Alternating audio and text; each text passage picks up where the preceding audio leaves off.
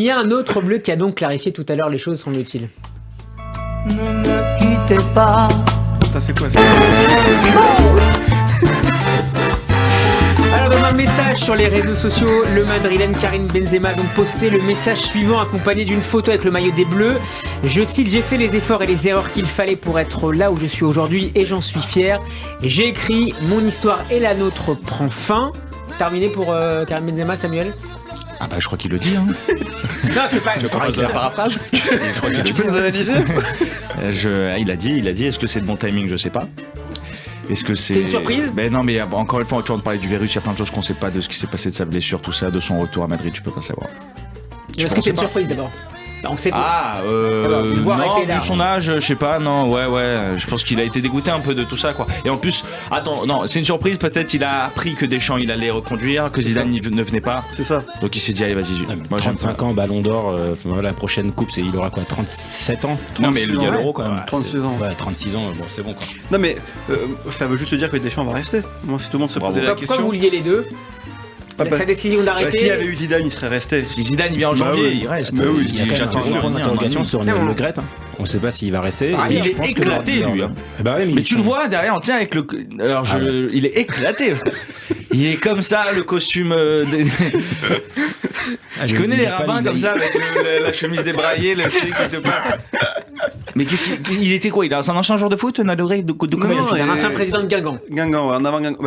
Il en a fait. Et président de la Ligue avant. De la Ligue, ouais. Il a le destin lié avec Deschamps quand même, je pense. Ouais, mais il va le prolonger avant de partir. C'est sûr. Et puis aujourd'hui, qui peut dire à Deschamps de partir? Mais personne. Personne. Même Zidane, il comprend. Sur pour revenir sur Benzema, on dit qu'il a. Non. Son départ n'a pas été n'a pas suscité de grandes gênes parmi les joueurs de l'équipe de France. Personne l'a attendu à part Marcus Thuram. Bon, on en a parlé. Ils lui ont pris un billet à 6h du mat. Ils lui ont dit fais tes valises à 3h, ton billet t'attend, faut que tu rentres à l'aéroport quand même. C'est quand même hard ce qui s'est passé. Et après on apprend. Mais comment on sait que pas fort? T'es sûr de ça? Non, c'est sorti dans la presse. Que personne l'a attendu à part Marcus Thuram, que personne ne lui a laissé des messages, alors que beaucoup de gens étaient auprès de Lucas Hernandez. Est-ce qu'on sait aussi ça dans la presse? Ça arrive après. C'est vrai. Mais surtout qu'il n'était pas si blessé que ça. Surtout les médecins madrilènes l'ont dit. Non, ils ont été surpris de la manière dont ça a été géré. Il était quand même blessé. En vrai, on n'en sait rien. Non, moi, j'adore Karim Benzema. Et preuve en est dans cette émission, je prends sa défense toutes les semaines. Mais là, honnêtement, ce qu'il fait aujourd'hui, c'est dégueulasse. C'est dégueulasse, ouais. Ah, j'ai pas peur des mots. Non, mais c'est un mec comme ça.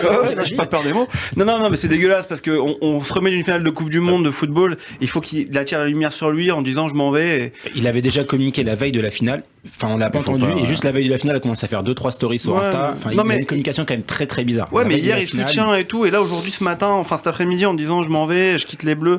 Je pense que c'est pas lui la priorité aujourd'hui. Il y a un peuple blessé qui est le peuple de France. Et non, mais ils reviennent ce soir. Ils arrivent. On y était là juste avant. On est passé un quart d'heure place de la Concorde. Pour voir les gens de l'équipe de France. Sachant que cette émission est enregistrée à 17h35. Voilà, c'était juste pour faire genre qu'on est en direct. Non, mais ils vont revenir. C'est un ruse. Place de la Concorde, c'est eux qu'il fallait fêter aujourd'hui. Et bon, il attire la lumière sur lui. C'est pas très collectif, je trouve. Et tu sens que c'est de la com d'un mec qui est dans son canapé qui dit, tu vois, c'est pas réfléchi, quoi. Même quand il envoie ça ne m'intéresse pas avec des trucs, tu sens que c'est des stories d'un mec. Tout seul un peu vénère la situation, mais bon, c'est con. Non, mais c'est ça. Non, mais au-delà de la com, c'est pas aussi le signe d'une rupture avec le groupe, en tout cas d'une. C'est sûr. Ouais. C'est sûr. Mais après, encore une fois, on sait pas ce qui s'est passé. Je pense que s'il y a un film sur cette Coupe du Monde, remarque, on verra pas. C'est hyper, non, mais ultra contrôlé, mais avant la préparation et tout. Mais ça sera intéressant, je pense qu'il y aura dans 4-5 ans, peut-être que lui écrira un livre et expliquera ce qui s'est passé. Son histoire avec l'équipe de France, elle est quand même très spéciale. Hein. Moi je connais des joueurs qui m'ont raconté que pendant l'Euro, faut que j'arrête de dire 2016, l'Euro 2021. 2020 qui fait juin 2021. Il y avait des clans. Mais pas des clans méchants, mais c'est juste que c'est quelqu'un d'introverti, c'est que il y avait l'équipe un peu Madrid, pas Tchouaméni à l'époque, mais Varane, Mbappé, tu vois, ça formait des clans. Et là, on le voit dans les vidéos qui postait la FFF, c'était le Uno à toutes plusieurs. Ouais. Donc il fédère pas le monsieur. C'est pas un mec c'est pas un monsieur. On dit qu'il a impressionné beaucoup les jeunes. C'est pas un monsieur de groupe, quoi. Donc c'est pas forcément qu'à Madrid. Je pense qu'il a quand même manqué. Même s'il y a des clans, il y en a toujours dans tous les vestiaires. Je pense quand même qu'il a manqué hier et pendant cette Coupe du Monde. Je pense que hier, avec Benzema. Objectivement, en tout cas au penalty, je pense qu'il le loupe pas. Non mais d'accord, mais Enfin, moi, encore une fois, j'adore ce joueur, c'est un joueur magnifique, mais on peut pas dire qu'il a manqué quand tu vas en finale de Coupe du Monde.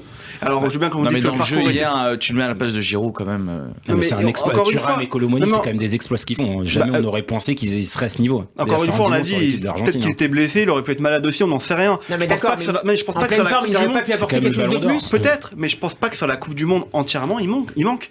Il y a une vraie cohésion dans cette équipe, il y a un vrai système de jeu, les mecs s'adaptent à leur adversaire. À part la Pologne, dis-moi, on a serré les fesses tous les matchs. Mais regarde les matchs de l'Argentine, ils sont champions du monde. Regarde les matchs de l'Argentine. Ils serraient les fesses plus que nous à tous les matchs. Tu peux pas dire que Benzema n'aurait rien apporté. J'ai pas dit ça. Mais je dis pas qu'il a manqué. Non, mais je dis pas. Mais j'ai dit que j'aurais adoré en début de compétition que ce joueur soit là. Mais on peut pas dire qu'il a manqué. Il a pas manqué. On est en finale de Coupe du Monde.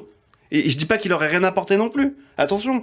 Mais simplement, si sur la cohésion, il a portait pas tant que ça, est-ce que finalement Giroud était pas à sa place? Giroud il te met quand même 5 buts dans la Coupe du Monde. Mais t'as raison, mais tu t'énerves pas. Mais je m'énerve si je veux m'énerver, ok? Moi je dis que t'as raison. Merci Henri.